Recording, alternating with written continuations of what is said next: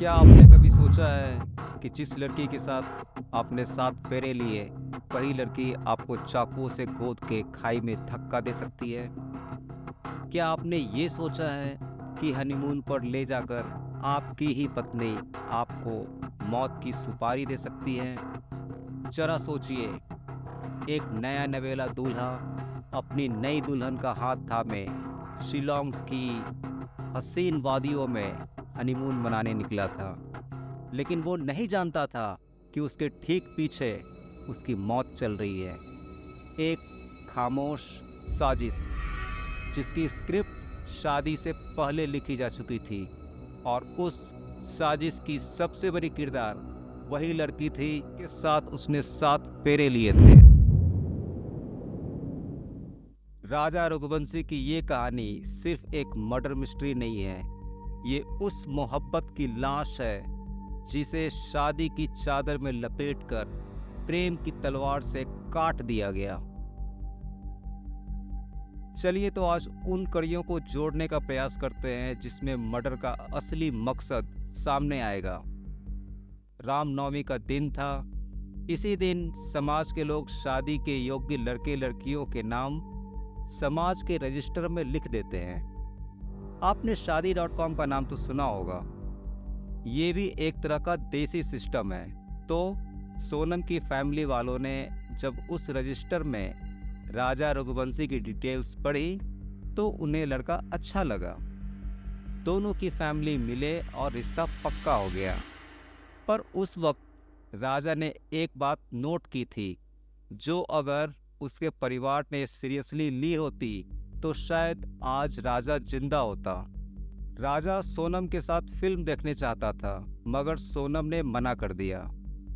Phone भी करता तो वो बात नहीं करती। जब उसकी माँ ने सोनम से पूछा तो जवाब मिला, ऑफिस में बिजी रहती हूँ। इसे सब कुछ नॉर्मल मान लिया गया। इससे ये बात तो पता चल ही जाती है कि सोनम इस रिश्ते से खुश नहीं थी। आखिरकार 10 मई को इन दोनों की शादी हो गई। शादी के बाद राजा कश्मीर जाना चाहता था, लेकिन पहलगाम हादसे की वजह से वो प्लान कैंसिल करना पड़ा। और तब सोनम ने बिना पूछे मेघालय की टिकट बुक कर दी। राजा को कुछ अजीब लगा, पर उसने कुछ बोला नहीं। इसी समय एक और अजीब बात होती है। अमूमन जब आप बाहर जाते हैं तो आप अपने महंगे ज्वेलर्स, कीमती सामान घर पे ही छोड़ देते हैं, सेफ्टी पॉइंट ऑफ व्यू से। पर सोनम के मन में कुछ और ही चल रहा था। उसने अपने पति यानी राजा रघुवंशी को अपने कीमती जेवर, जो करीब 2 से 2.5 लाख का था, को लेकर चलने के लिए बोला। पर जब ये बात राजा की माँ को पता चला तो उसकी माँ ने भी जेवर ले जाने से मना किया, पर सोनम अड़ी रही। आप जरा खुद सोचिए, कोई पत्नी ये क्यों चाहेगी कि हनीमून पर उसका पति इतने जेवर का बोझ उठाए? ये जेवर लेकर जाना और बिना पूछे टिकट बुक करना, ये सब सोनम के प्लान का हिस्सा था। इसके बाद दोनों पहले बेंगलुरु से कनेक्टिंग फ्लाइट लेकर 20 मई को गुवाहाटी पहुंचे। वहां उन्होंने मां कामाख्या देवी के दर्शन किए। फिर 22 मई की सुबह वे गुवाहाटी से मेघालय के लिए रवाना हो गए। शिलोंग पहुंचने के बाद उन्होंने चेरापूंजी के पास एक होम स्टे में चेक इन किया। इसी दिन दोनों ने एक स्कूटी किराए पर ली और आसपास की वादियों में घूमने चले गए। इसके बाद आया 23 मई का दिन। उसी दिन दोनों एक वाटरफॉल देखने निकल गए, जो चेरापूंजी से करीब 330 किलोमीटर दूर था। खास बात ये थी कि वहां कर्फ्यू लगा हुआ था और जिस रास्ते वो जा रहे थे वो बेहद खतरनाक और घुमावदार था। इसी सफर के दौरान करीब 1:30 बजे सोनम की सास ने कॉल किया। सोनम ने ऐसे बात की जैसे सब कुछ ठीक है, सब कुछ चंगा सी, सब कुछ नॉर्मल है। इसके आधे घंटे बाद यानी दोपहर 2:30 बजे राजा के घर वालों ने दोबारा कॉल किया, लेकिन इस बार राजा का फ़ोन स्विच ऑफ मिला। उन्होंने सोनम को कॉल किया, लेकिन उसका नंबर भी बंद था। इसके बाद फिर आता है 24 मई का दिन। राजा के घर वालों ने एक बार फिर कॉल करने की कोशिश की, लेकिन इस बार भी न राजा का फ़ोन लगा और न ही सोनम का। अब परिवार वालों की चिंता डर में बदलने लग गई। उन्होंने दोनों के द्वारा पहले भेजी गई तस्वीरों को गौर से देखना शुरू किया। एक फोटो में सोनम और राजा एक किराए की स्कूटी पर नजर आ रहे थे। ध्यान से देखने पर स्कूटी पर उसके मालिक का मोबाइल नंबर दिख गया, तो राजा के भाई ने तुरंत उस नंबर पर कॉल किया। स्कूटी वाले ने बताया कि स्कूटी किराए पे ली तो थी, पर अभी तक लौटाई नहीं गई है। अगले ही दिन सोनम के घर से राजा का भाई फ्लाइट पकड़कर गुवाहाटी होते हुए सीधा शिलोंग पहुंच गया।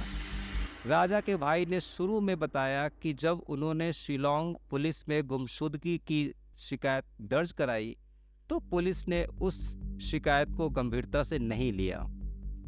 इसके बाद जब सोनम और राजा के परिवार वालों ने इंदौर के कमिश्नर से संपर्क किया और वहां शिकायत दर्ज कराई, तब जाके इंदौर पुलिस ने इस मामले को गंभीर मानते हुए मेघालय पुलिस से संपर्क साधा। और धीरे धीरे मामला जब मध्य प्रदेश के मुख्यमंत्री श्री मोहन यादव तक पहुंच गया, इसके बाद जांच में तेजी आई। इसके बाद मेघालय पुलिस ने ऑपरेशन हनीमून लॉन्च किया।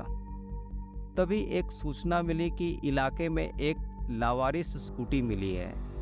जांच करने पर पुष्टि हुई कि ये वही स्कूटी थी जिसे सोनम और राजा ने किराए पर लिया था। लोकल गाइड ने एक और चौंकाने वाली बात बताई। उसने देखा था कि सोनम और राजा के साथ 3 और लोग थे जो उनसे हिंदी में बात कर रहे थे। अब चूंकि मेघालय में आमतौर पर हिंदी नहीं बोली जाती, तो किसी लोकल का हिंदी बोलना भी उसके बोलने के तरीके से पहचान लिया जाता है। लेकिन गाइड ने साफ कहा कि वो तीनों लोग स्थानीय नहीं थे।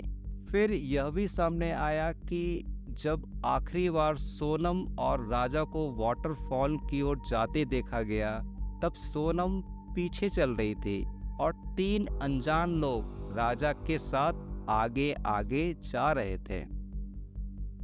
यह बात बहुत अजीब थी, क्योंकि जिस जगह पर वो वाटरफॉल है, वो इलाका बिल्कुल भी सुरक्षित नहीं माना जाता है। वहाँ अक्सर बाहरी पर्यटकों के साथ लूटपाट और हिंसक घटनाएं हो चुकी है। कुछ साल पहले तो एक हंगेरियन टूरिस्ट की मौत भी उसी इलाके में हुई थी। ये इलाका इतना असुरक्षित है कि जब सोनम और राजा के परिवार के लोग उन्हें खोजते हुए उस स्थान पर पहुंचे, तो स्थानीय लोगों ने उन्हें साफ मना कर दिया कि वे यहाँ रात में बिल्कुल न रुकें। पर सबसे बड़ा सवाल यही उठता है कि आखिर वे 3 अनजान लोग कौन थे और वो कैसे एक खतरनाक और अनसेफ जगह पर सोनम और राजा के साथ क्या कर रहे थे। इसी दौरान 27 मई को जांच के दौरान पहाड़ी इलाके में 2 बैग बरामद हुए। ये बैग उस स्थान से काफी दूर मिले जहां सोनम और राजा की स्कूटी लावारिस हालत में पाई गई थी। फिर आया 2 जून का वो दिन। पुलिस और रेस्क्यू टीम अब भी सोनम और राजा से जुड़ी कोई कड़ी तलाश रही थी। उसी वक्त रेस्क्यू टीम की नज़र एक गहरी खाई की तरफ पड़ी जो एक पहाड़ी के नीचे थी। जब टीम वहां पहुंची तो उन्हें एक व्यक्ति का शव मिला। शरीर इस कदर सड़ चुका था कि चेहरा देखकर पहचान करना बिल्कुल संभव नहीं था। तभी राजा के भाई की नज़र शव की कलाई पर पड़ी। वहां एक टैटू गुदा हुआ था जिस पर लिखा था राजा। अब ये पुष्टि हो चुकी थी कि ये शव राजा का ही है, राजा यानी राजा रघुवंशी। की मृत्यु हो चुकी है। इसके 2 दिन के बाद पोस्टमार्टम रिपोर्ट भी आ गई और रिपोर्ट में जो खुलासा हुआ उसने सभी को झकझोर दिया। ये कोई हादसा नहीं था, बल्कि राजा की बेरहमी से हत्या की गई थी। बताया गया कि तेज धारदार हथियार से वार करके उसे मार दिया गया था और उसके बाद उसको खाई में फेंक दिया गया। 4 जून को राजा का शव इंदौर लाया गया, लेकिन अब सबसे बड़ा सवाल यही था कि सोनम कहाँ है। इसी दौरान मेघालय पुलिस और उनकी टीम इस केस की तफ्तीश में जुटी हुई थी। जांच के दौरान पुलिस को यह जानकारी मिली कि सोनम के पास एक और मोबाइल नंबर था। मोबाइल टावर लोकेशन और कॉल डिटेल्स खंगालने पर यह सामने आया कि उसी इलाके से इंदौर में कॉल किए गए थे। ये पुलिस के लिए बहुत बड़ा सुराग था।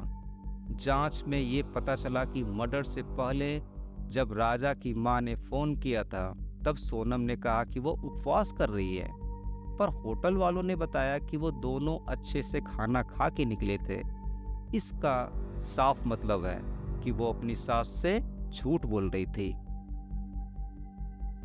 इसके बाद मेघालय पुलिस ने मध्य प्रदेश और उत्तर प्रदेश की पुलिस के साथ मिलकर दोनों राज्यों में कई जगह छापेमारी की और इस कार्रवाई में 4 लोगों को गिरफ्तार किया गया।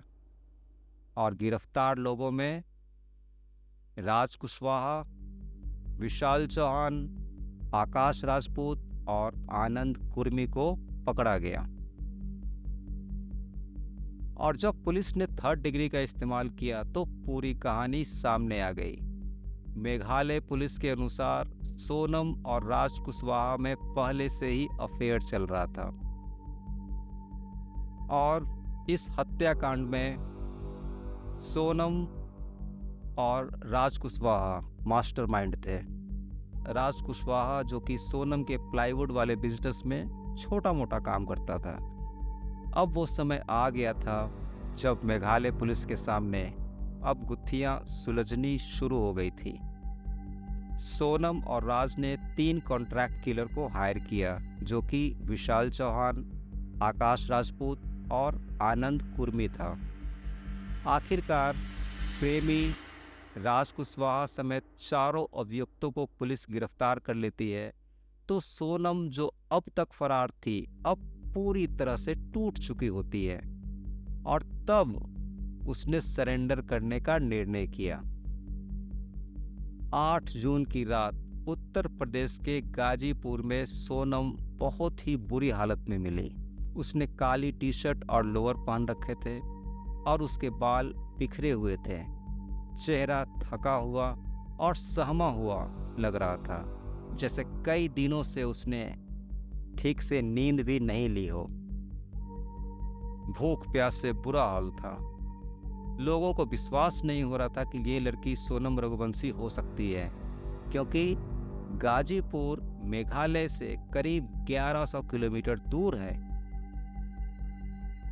मेघालय पुलिस सोनम रघुवंशी को क्राइम सीन पर ले गई और सख्ती से पूछा तो सोनम टूट गई और उसने सब स्वीकार कर लिया। सोनम ने खुद अपने सामने अपने पति को कुल्हाड़ी से मारने का आदेश किया और फिर खाई में नीचे फेंकवा दिया। क्या हो गया है हमारे समाज को? क्या अपनी निजी सुख के लिए कोई बेकसूर को मार सकता है? जो भी हुआ वो बहुत ही दुखद है और समाज को झकझोरने वाला है। आप क्या सोचते हैं? प्लीज कमेंट करके बताएं। चैनल को सब्सक्राइब करें। तो मिलते हैं एक नए वीडियो के साथ। जय हिंद, जय भारत, भारत माता की जय।